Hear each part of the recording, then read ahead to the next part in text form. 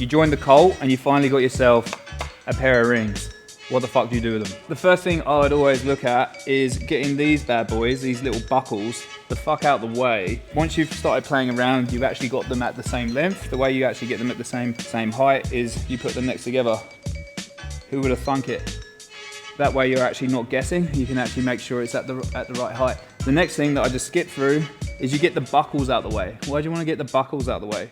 Well, if you start practicing your dips, you don't want to have that buckle scratching up the forearms. Just get them out of the way as best as possible. The next thing you want to be thinking about with the rings is you're always pushing your wrist down into the ring, no matter what position you're in. Cool? So if I'm at the top, I'm pushing the hands down towards the rings. If I'm in a row, I'm still pushing my hands down in towards the rings.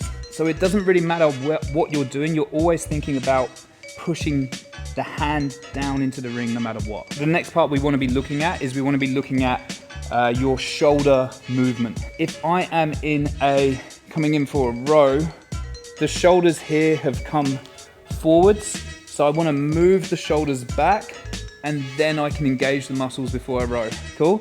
Instead of doing this. So if my shoulders don't go back, this is what a row will end up looking like. Always think about that scapular movement first before you start the exercise. And that will also be the same for if the rings are on the floor and you're doing push-ups, you're still thinking about pushing the shoulder away from the body and then it comes in and then out like that. An exercise I'd love for you to get good at is front support. So for front support, you're basically looking at pushing the hands towards the body as much as possible. I'm gonna look at getting the shoulder as far away from the ear as I can so it goes down.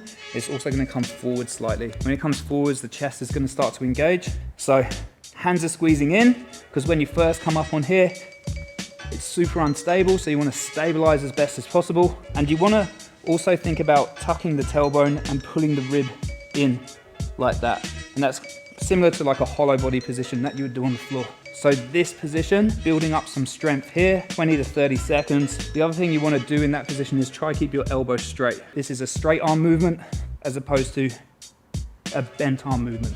So this is the top position for the rings.